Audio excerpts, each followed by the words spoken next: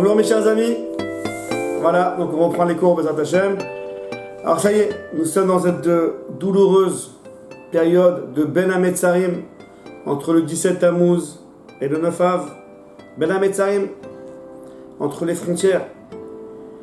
Donc on a déjà bien entamé cette période et on approche maintenant de Rosh Chodesh Av.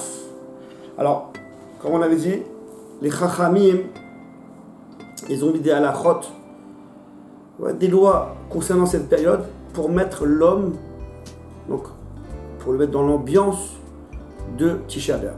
Ça veut dire, dans quelques jours, il y aura Tisha B'Av. Alors on espère qu'il n'y aura pas Tisha B'Av, qu'il y aura le Beit HaMikdash, et tout ira bien. Bon, mais s'il y a Tisha B'Av maintenant, on doit se préparer à Tisha B'Av. C'est un jour où donc on a perdu le Beit HaMikdash numéro 1, numéro 2, les deux Beit HaMikdash. On doit être triste, on doit pleurer, on doit ressentir un manque, on doit demander à Hachem de le reconstruire. Il faut être, c'est une mise en scène, il faut être dans l'ambiance. On ne peut pas arriver le jour de Tisha B'Av et ressentir les choses. Il faut se préparer. Donc les Chachamim, par les halachot, par les lois, nous ont préparé à ce Tisha B'Av. Donc c'est en crescendo. Ça veut dire à partir du 17 Tammuz, donc il y a déjà 2 semaines environ, 10 jours, on a commencé la halachot, on ne dit pas Shechianu. Comment tu veux dire Shechianu? Shechianu, Hachem, je te remercie que tu me fais vivre l'Azbanazé ce moment-là. C'est un moment c'est un moment de malheur. On peut plus dire Shechianu. On peut pas écouter la musique. La musique. On peut pas écouter la musique. Alors, d'après les Ashkenazim, on peut plus se marier. Pas de mariage à partir de cette Tammuz. D'après les Sfaradim, d'après le Shulchan Aruch, selon la halakha stricte, on pourrait se marier jusqu'à Rosh Chodesh Av, mais le minag, même des Sfaradim en général, c'est comme les Ashkenazim, que déjà depuis le 17 Tammuz, il n'y a pas de mariage. Pas de mariage. Donc pas Shechianu, pas de musique, pas de mariage. Concernant les cheveux, alors les Ashkenazim, ils ne se coupent pas les cheveux à partir du 17 Tammuz. Ni les cheveux ni la barbe, Ashkenazim à partir de 17 Tammuz. Nous les Sfaradim, d'après la stricte halakha, c'est que Shavua Shechalbo. Donc à partir de Motzei et Shabbat, avant Tisha B'Av, Shavua Shechalbo, là on peut plus se raser, se couper les cheveux. Mais beaucoup s'en abstiennent déjà depuis Rosh Chodesh Av de ne pas se couper les cheveux et de se raser la barbe. D'autres, comme le Harizal, à Kadosh, ils font comme les Ashkenazim, que déjà depuis le 17 Tammuz, ils se coupent les cheveux et la barbe. On commence déjà à la halachot, ça y est, on est dans l'ambiance. Tout ce qui est mesoukan, tout ce qui est dangereux, on évite.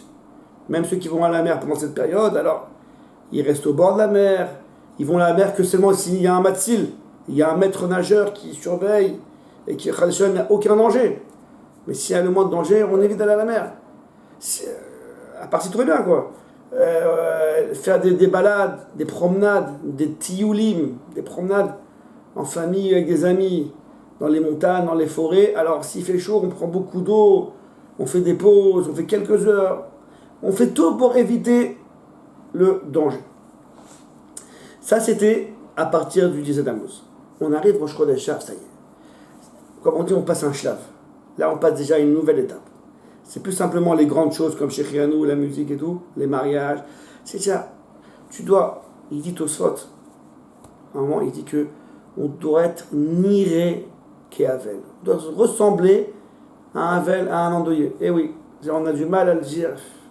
Sauf les Tunisiens, ils n'aiment pas dire ça. Mais c'est comme ça.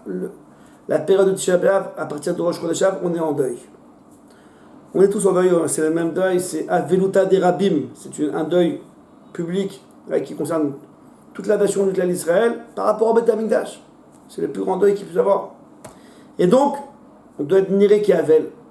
C'est pour ça qu'à partir de Rosh Chodesh Av, d'autres halachot viennent encore se greffer.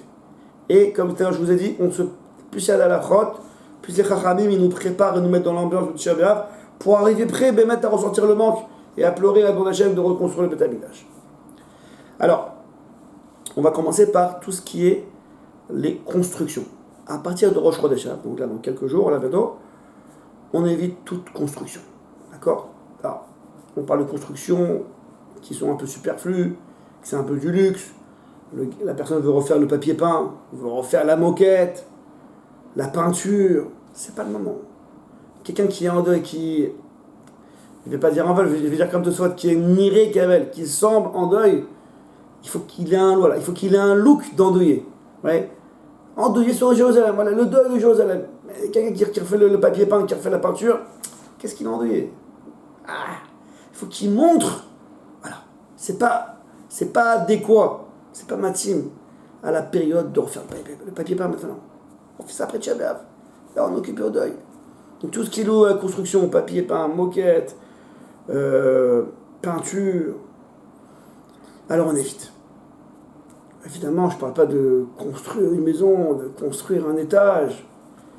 Maintenant, évidemment, si la personne a besoin, dans la cuisine, il y a des problèmes de plomberie, c'est délabré, il faut refaire le mur de la cuisine. Ça, on pourra. C'est pas superflu, c'est pas du luxe, c'est nécessaire.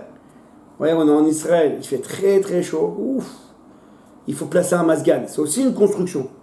On aurait pu croire que non, mais non. On est en Israël, il fait très chaud. Le masgan, c'est nécessaire. On pourra placer un masgan, même la veille de Tisha B'Av, si c'est nécessaire.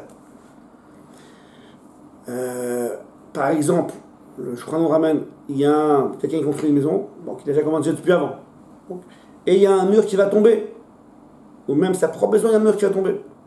Alors si ce mur il est nécessaire pour rester à la maison, c'est évident qu'on pourra le reconstruire. Même si c'est pas nécessaire, puisque s'il tombe, reconstruire un mur qui est tombé, c'est plus cher que arrêter avant qu'il tombe et le rectifier, on pourra ne pas attendre qu'il tombe et le rectifier. Mais en tout cas, dans l'idée générale, l'idée globale, construction qui est superflue, qui est du luxe, qui en plus, c'est pas adéquat à la période, on fait ça après Tisha B'Av.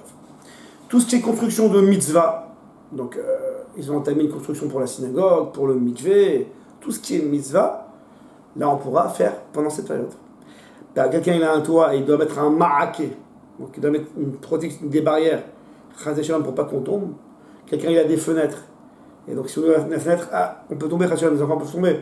Donc il faut une protection à la fenêtre, des soragim, des trissim, des volets, des protections de la fenêtre. C'est comme un ma'aké, comme une barrière. On pourra faire, c'est une mitzvah, pour éviter les dangers à la maison. Ça, on pourra faire. Maintenant, autre chose, concernant le jardin. Alors, c'est pareil. On ne va pas commencer, à partir de Rosh Hashanah, à planter des fleurs et à commencer à arranger le jardin et embellir l'air et le gazon, etc. Changer le gazon. C'est une étia. C'est une plantation qui nous sort du contexte du deuil de Jérusalem. Alors encore une fois, le jardinage régulier du jardin, ça on peut le faire. C'est ce qui a besoin d'arroser, etc. Mais ce qui est en plus, c'est le mois d'août, c'est fin juillet, c'est sympathique. Non, c'est pas adéquat. D'accord? Voilà, donc bonjour, on va s'arrêter de ta chaîne. Voilà, on se dit déjà dans l'ambiance de Rosh Chodesh et on verra demain d'autres à la fois des chaîne. Kol Tov, Hatzlacha.